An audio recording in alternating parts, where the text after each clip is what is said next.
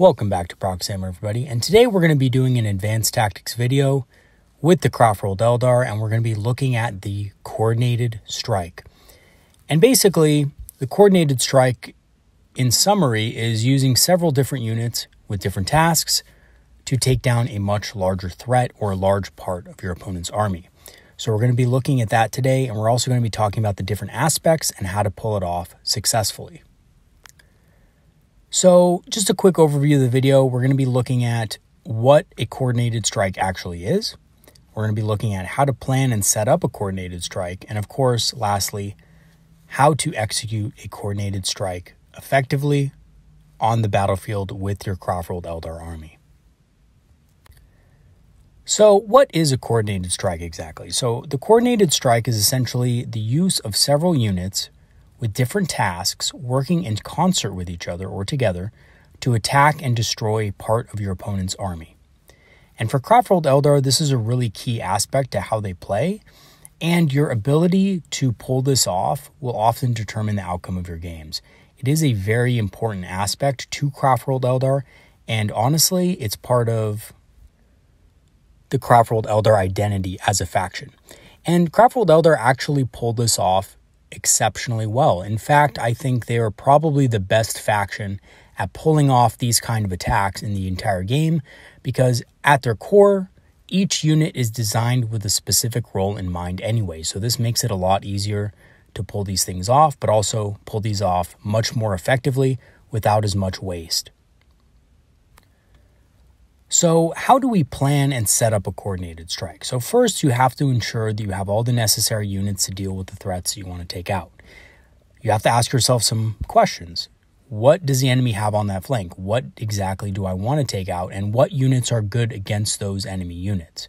If I'm dealing with tanks, then do I have fire dragons, fire prisms, or bright lances to take them out? Do I have D cannons to take them out? You have to answer those kind of questions and be ready to have those units into a position to basically deal damage to those tanks.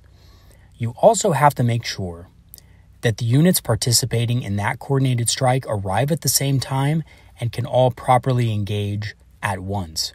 So a coordinated strike, just like the word says, coordination, right? It requires you to make sure that all of the units that are involved in it are attacking simultaneously in the same turn,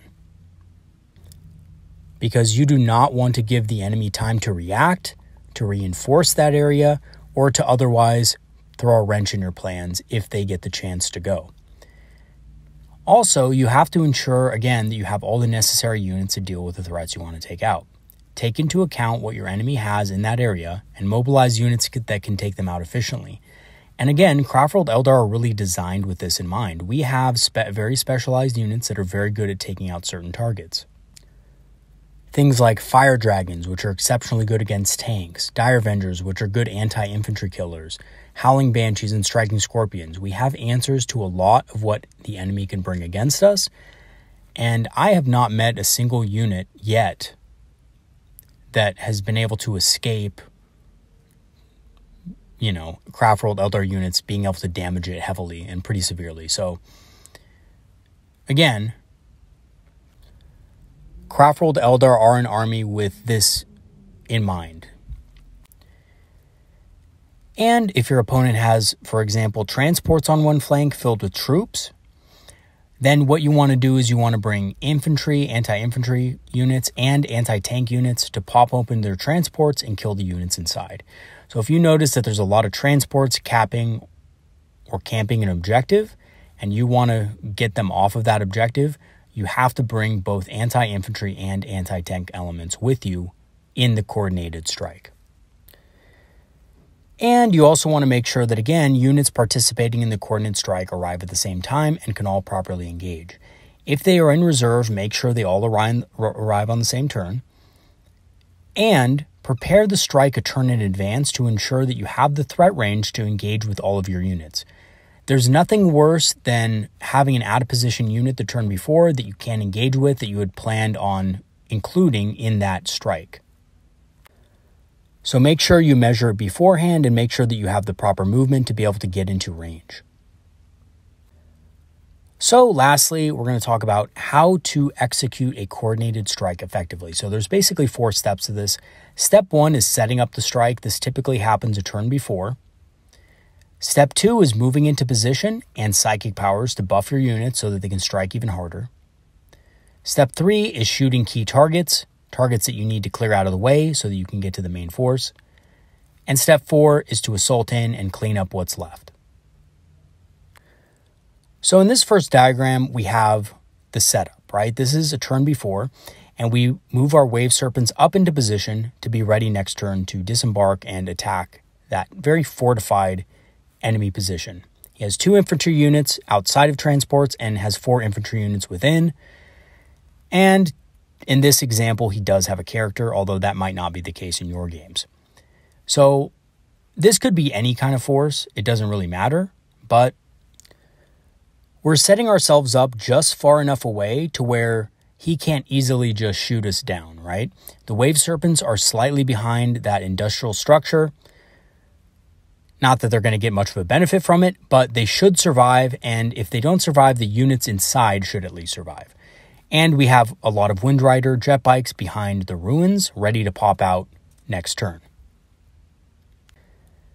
So on our next turn, we're going to bring in a unit of warp spiders in the back and in that forest back there. We're going to bring a unit of warp spiders down to help support our push.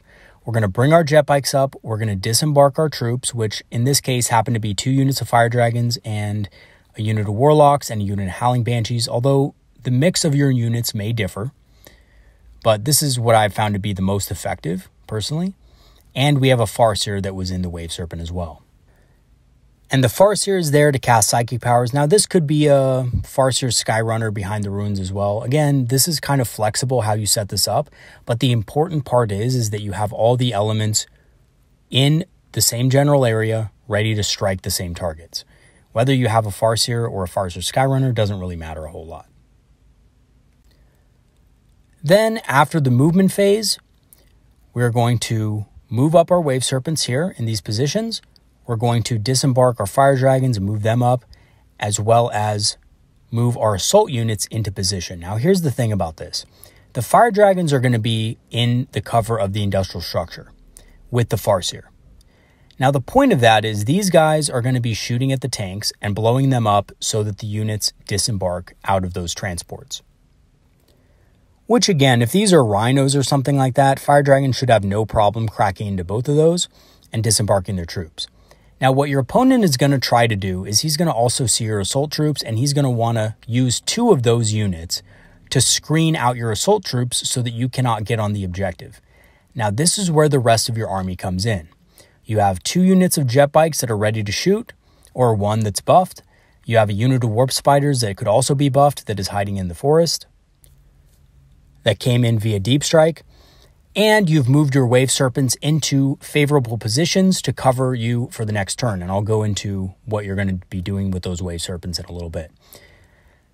But essentially, with all that you have here, and to be honest, you probably may have a couple of supporting units in the back that can also lend their firepower. But essentially, the goal is to kill those screening units with your shooting attacks.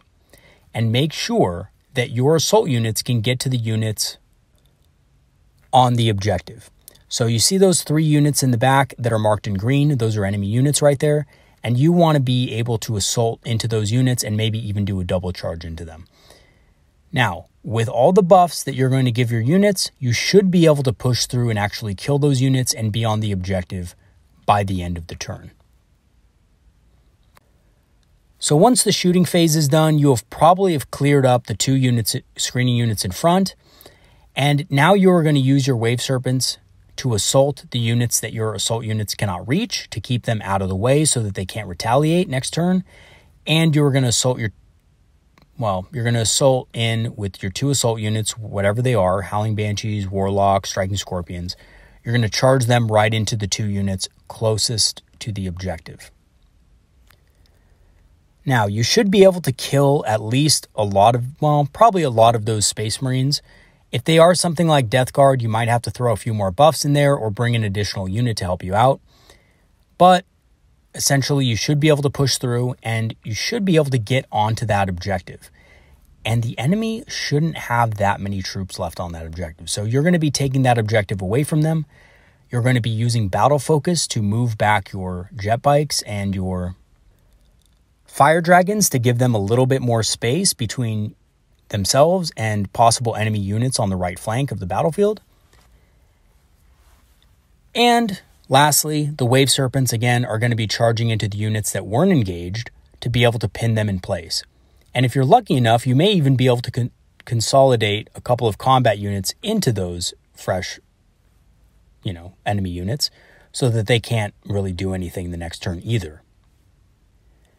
And what this has done is this has neutered a large amount of your opponent's forces and forced him off of an objective that he thought was very well secured.